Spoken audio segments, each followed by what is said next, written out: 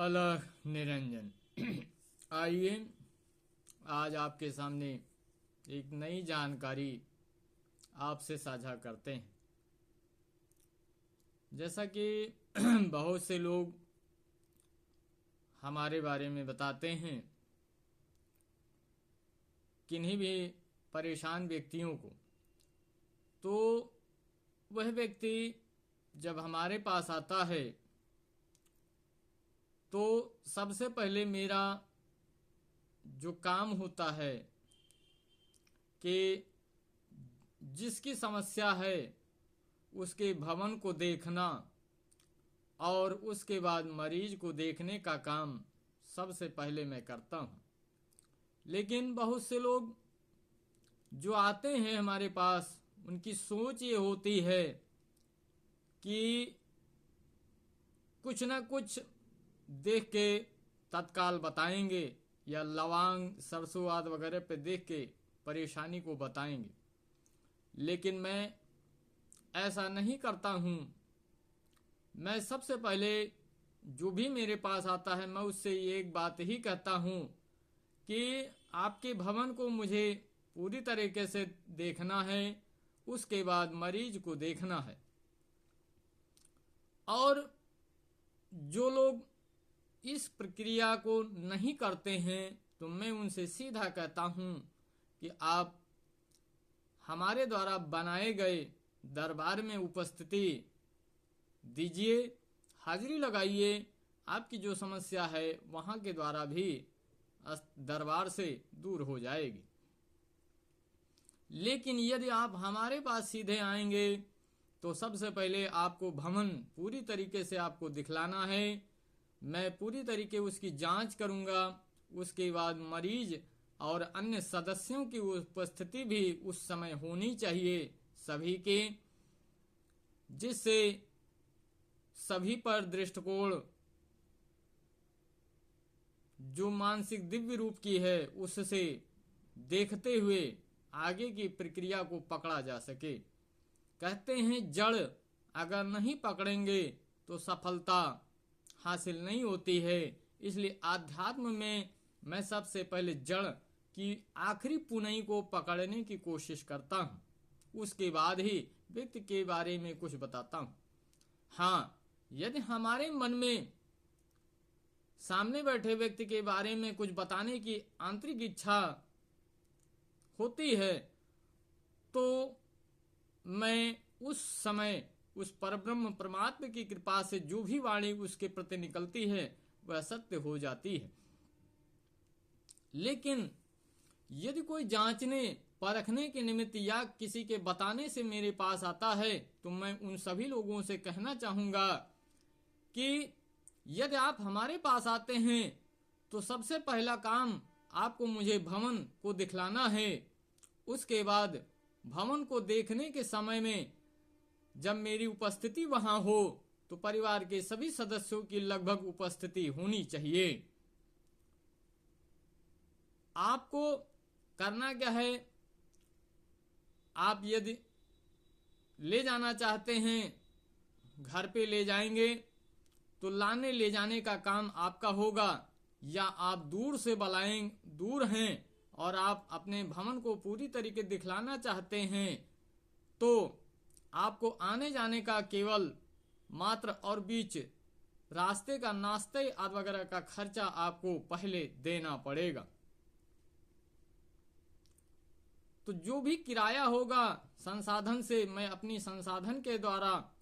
ही वहां तक आऊंगा, और जो भी खर्चा लगेगा आने जाने चाय नाश्ता में वो आपको पहले ही देना पड़ेगा। तो आगे की जानकारी साझा करते हैं कि हमारे पास बहुत से लोग ऐसे भी आते हैं, हिंदू मुस्लिम और सभी लोगों में, सभी समाज के लोगों में से आते हैं, चाहे वह कबीर पंथ का हो, धन निरंकार का हो, किसी भी समाज का हो, किसी भी पंथ समुदाय का हो। लोग हमारे पास जब आते हैं किन्हीं भी समस्याओं से तो जो पूरे विश्वास के साथ आता है निश्चित उसका भला भी होता है, और जो आजमाने के भरोसे आता है या किसी कहने से आकर के आजमाइश उसके हृदय में बनी रहती है या शंका बनी होती है, ऐसे लोगों के मस्तिष्क को पढ़कर मैं उसको दूर कर देता हूं, यानी उसके कार्य को मैं नहीं देखता हूं। इसलिए ऐसे व्यक्ति जिनके मन में शंका हो और आजमाने की मनसा हो, वह बिल्कुल हमारे पास या हमारे दरबार में उसकी उपस्थिति के लिए दरवाजा बंद है। मैंने बहुत सारे वीडियो में मैंने कह रखा है, दरबार मेरा उसी के लिए खुला है जो अपने से ज्यादा ईश्वर पर एकमात्र भरोसा रखता है और उसके सिवा उसकी सारी इंद्रियां अगर डगमगाए भी किसी भी तरह से और ईश्वर के जो चरण के अंगुष्ठ हैं वह उसके हाथ से न छूटे, तो निश्चित तौर पर ऐसे व्यक्ति हमारे दरबार में आ सकते हैं। क्योंकि मेरा काम भी है कि ऐसे जो व्यक्ति हमारे पास आते हैं, मैं उनके हृदय की भावनाओं को आजमाता भी हूं और दरबार में आने के बाद एक बार दरबार में हमारे उपस्थिति करता है तो निश्चित तौर पर जीवन में वह उस दरबार के चक्र से बाहर नहीं निकल सकता है। जीवन में कभी भी गलती करेगा तो उसकी सजा तत्काल उसको दे दी जाएगी, लेकिन गलती नहीं करता है तो उसके जीवन की जितनी भी परेशानियां हैं, घर के अंदर की या बाहर की या शरीर पर या व्यवसाय आदि वगैरह सभी जगहों से वो पूरी तरीके से वो खींच करके दरबार समाप्त कर देता है। तो हाँ, मैं बात कर रहा था कि आज के समय में जो भी हमारे इस वीडियो को देख रहे हैं और सुन रहे हैं, वह बहुत ध्यान से हमारे सारे वीडियो को सुने। निश्चित तौर पर उसमें कुछ ना कुछ आपके जीवन से जुड़ी समस्याओं का निराकरण आपको मिलता रहेगा। हाँ, ये जरूर कहना चाहूंगा कि आप हमारे वीडियो को लाइक जरूर करिए और फॉलो करिए, दूसरे को भी शेयर करते रहिए जिससे लोगों का भी भला हो सके। मैं कोई चमत्कार नहीं दिखलाता हूं, लेकिन नमस्कार को प्रतिभूत और फलीभूत करने की हृदय की इंतर आत्मा से मैं अपने चरण ईश्वर इष्ट तक पहुंचा देता हूं। चमत्कार देखने वालों का के लिए मेरे पास कोई स्थान नहीं है और नमस्कार करने वालों के लिए सदा मेरे पास स्थान है। मैं उसके जीवन में जो नमस्कार की भावना से आता है, उसके जीवन में मंगल करने की इच्छा हमारे अंदर रहती है और हमारी जो हृदय की इच्छा है वह परमात्मा के दिव्य रूप चरण से जुड़ी हुई है और सभी तंत्र दिव्य गुरुओं से भी जुड़ी हुई है, हर शक्ति से जुड़ी हुई है। इसलिए जो नमस्कार की भावना से आता है उसका बिगड़ा काम या जो भी परेशानी है वो कटता जरूर है, क्योंकि सभी समुदाय में जितने भी प्रकार की समाधियां या कोई भी स्थान बने हैं, उन सभी प्रकार की शक्तियों का समावेश इस दरबार में है। इधर उधर आपको भटकने की जरूरत नहीं है। आप एक जगह आकर के इस दरबार में हाजिरी लगा करके अपनी समस्या को दूर कर सकते हैं या मेरे द्वारा बताए गए उपाय को आप करेंगे तो निश्चित तौर पर उसको सफलता भी मिलेगी। आज का समय बहुत ऐसा होता जा रहा है कि मैं देख रहा हूं कि बहुत से लोगों के अंदर बीमारी बहुत ज्यादा उत्पन्न हो रही है। किन्हीं न किन्हीं प्रकार की बीमारी एक स्वस्थ आदमी को भी बीमारी घेर ले रही है और कुछ ऐसे लोग हैं जो बीमार होते हुए अकाल मृत्यु को प्राप्त हो जाते हैं। तो जो छोटी सी बीमारी से लेकर बड़ी बीमारी तक मृत्यु को प्राप्त होता है वह अकाल मृत्यु में माना जाता है और जिस स्थान पर उसकी मृत्यु होती है उस स्थान पर उसकी जीवात्मा हमेशा रहती है। यानी जिस घर का व्यक्ति होता है उस घर में उसका आना जाना और मृत स्थान तक आना जाना, यानी घर से मृत स्थान तक आना जाना होता है। लेकिन कभी कभी ऐसा भी देखा जाता है कि जो अकाल मृत्यु बीमारी से ग्रसित होकर मरा है, वह किसी भी यवन सुंदरी या युवती को, या कोई सुंदरी महिला, कम सुंदर हो या ज्यादा सुंदर हो, उस स्त्री के संग में शरीर के साथ हो लेता है। और धीरे धीरे कभी कभी ऐसा भी देखा जाता है कि पुरुष के संग भी हो लेते हैं। तो जिनके संग में इस प्रकार की शक्तियां जो बीमारी से ग्रसित होकर के अकाल मृत्यु को प्राप्त होती हैं, और जीवित इंसान के शरीर में ऐसी यदि कोई परेशानी आती है, तो निश्चित तौर पर मेरा यहाँ कहना है कि मेडिकल की भी बखूबी जांच कराने के बाद यदि कुछ नहीं रिपोर्ट में आता है, और यदि थोड़ा सा आता है मेडिकल में भी, तो निश्चित तौर पर दवा और दुआ की जरूरत आपको पड़ेगी। आप इस भ्रम में ना रहें कि मेडिकल में थोड़ा सा अगर आ गया है तो हमको दुआ की जरूरत नहीं है, क्योंकि कभी कभी ऐसा भी मैंने देखा है और ऐसे भी मरीजों को ठीक किया है कि थोड़ी मात्रा में यदि बीमारी से ग्रसित कुछ ऐसा आता है, तो निश्चित तौर पर दुआ से भी, यानी दरबार, सिद्ध दरबारों में हाजिरी लगाने से वह परेशानी पूरी तरीके समाप्त धीरे धीरे हो जाती है। तो जैसे बहुत से लोग अकाल मृत्यु अस्पतालों में मृत को प्राप्त होते हैं, कोई नदियों में मृत प्राप्त होते हैं, कोई कि अनन्य प्रकार की दुर्घटनाओं में मृत को प्राप्त हो जाते हैं, कोई बीमारी आदि वगैरह तमाम प्रकार से बहुत से लोग दारू ज्यादा पी पी के मर जाते हैं। तो जो मदिरा बहुत ज्यादा पीते हुए मरते हैं, और किसी पुरुष या युवा, ये लोग जो मदिरा पान वाले होते हैं, नशा करने वाले होते हैं, सबसे ज्यादा यानी मदिरा पान वाले वो लड़कों या सबसे ज्यादा लड़कों या पुरुषों पर कब्जा करते हैं। और कुछ जो पान गुटखा खाने वाले होते हैं, वह कभी कभी लड़कियों या औरतों को पकड़ते हैं। तो आप देखे होंगे कि बहुत सी औरतें गुटखा या पान मसाला वगैरह चोरी छिपे खाना शुरू करती हैं और बीड़ी सिगरेट भी पीती रहती हैं। बहुत से पुरुष हम देखे हैं कि अपनी पत्नी को दारू पिलाना शुरू करते हैं मांस मछली के साथ, यानी पत्नी के साथ में दारू और मांस का सेवन करते हैं। पान मसाला गुटखा भी पति और पत्नी के संग खाते हैं।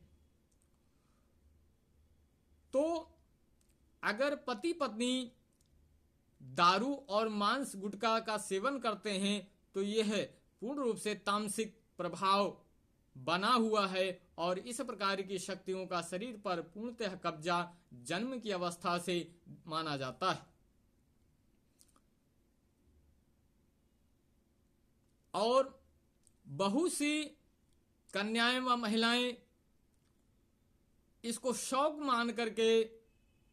करती हैं, तो यह शौक नहीं होता है, यह आपकी इच्छा से नहीं जागृत होता है। आपके शरीर के साथ जो शक्ति रहती है उसकी इच्छा होती है, और जीव इस शरीर के माध्यम से उसका उपभोग करती है। पुराने शास्त्रों में आपने सुना भी होगा कि जिसकी इच्छा अधूरी रह जाती है, वह अपनी इच्छा पूरी करने के लिए वह शक्ति, वह मृतात्मा किसी भी शरीर को लेकर के अपनी इच्छाओं की पूर्ति करती है और उसका उपभोग भी करती है। अनन्य प्रकार की भोग कामनाएं वासनाएं जो इच्छाएं अधूरी रह जाती हैं, किसी भी लड़के या पुरुष या कन्या या वैवाहिक स्त्री या युवती या युवा कन्या को शरीर को अपने कब्जे में लेकर अपने उन सभी सुखों का उपभोग करती है। मोटा मोटा मान लेते हैं कि यदि कोई मनुष्य कामी है और वह अकाल मृत्यु को प्राप्त हो गया, किसी भी अवस्था में किसी भी कारण से मृत्यु को प्राप्त हो गया, तो वह कामना किसी भी स्त्री के शरीर को या कन्या को अपने कब्जे में लेगा, या पति पत्नी दोनों इस प्रकार के हैं और मृत को प्राप्त होते हैं, तो अलग अलग कोई पुरुष पर अपना अधिकार बनाएगा, वह स्त्री कन्या पर अधिकार बनाएगी और दोनों मिल करके समागम करेंगे। यह कभी कभी इस तरीके का भी हमारे सामने ऐसे केसेस आए हैं। होता क्या है कि दोष, लड़के और लड़कियां जो दूर दूर रहती हैं, ये उनका दोष नहीं होता है, लेकिन जब पति पत्नी दो अलग प्रकार से किसी भी अवस्था किसी भी कारण से मृत को प्राप्त होते हैं, तो यह आत्माएं कोई कन्या को अपने कब्जे में लेता है, कोई पुरुष लेता है और दोनों एक दूसरे के करीब आते हैं, क्योंकि वह आत्माएं जानती हैं कि यह हमारी पत्नी है और पत्नी जानती है कि हमारे पति हैं, इसलिए दोनों करीब आकर के समागम कर लेते हैं। लेकिन कभी कभी बीच में ऐसी स्थिति भी आती है कि ईश्वर की कृपा से, तंत्र गुरुओं की कृपा से होता क्या है कि वह आत्माएं शरीर से दूर हो जाती हैं, फिर उसके पास नहीं आती हैं उस काल तक। क्यों?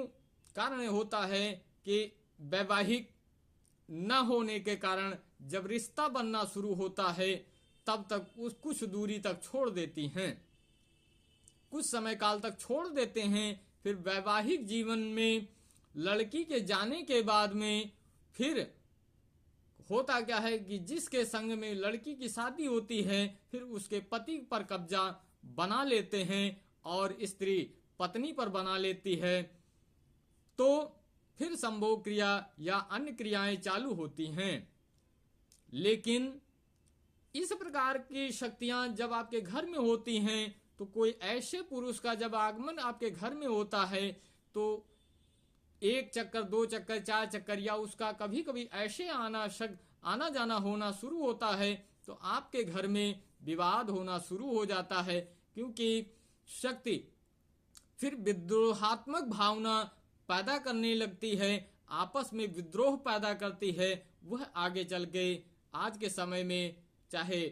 देखते होंगे पति पत्नी में विवाद कोर्ट कचहरी तक आ जाता है। तो अनन्य प्रकार की समस्याएं इस प्रकार से जुड़ी होती हैं, इसलिए आप इसको समझिए, भ्रम में ना रहिए और अधिक से अधिक जानकारी को पाने के लिए हमारे चैनल को जरूर सब्सक्राइब कर लें और ज़्यादा से ज़्यादा लाइक करें और लोगों को अधिक से अधिक शेयर करें, जिससे जनहित में आपकी भागीदारी हो सके। यदि आपके मन में जनहित की भावना नहीं है, जगत के कल्याण के निमित्त जिस ईश्वर ने आपको धरा पर भेजा है, आप वह नहीं करेंगे, तो आप ये सोचिए कि हमारे द्वारा दिए जा रहे इस वीडियो के माध्यम से आप जब किसी को शेयर करेंगे और आप लाइक करेंगे, तो लोगों का भला उसमें सुनिश्चित रूप से छिपा होता है। इसलिए आप ज्यादा से ज्यादा हमारे वीडियो को, चैनल को सब्सक्राइब कर लीजिए, लाइक करिए और ज्यादा से ज्यादा शेयर करिए, जिससे आपका भी भला हो और दूसरे का भी भला हो। मैं हर प्रकार की सूक्ष्म और गूढ़ विद्याओं की विद्या जो होती है वो आपसे साझा करता रहूंगा। इसी के साथ अंत में कहेंगे, कलयुग महाराज की जय, सर्व महाकाल अखंड भैरव शमशानवासी बाबा की जय।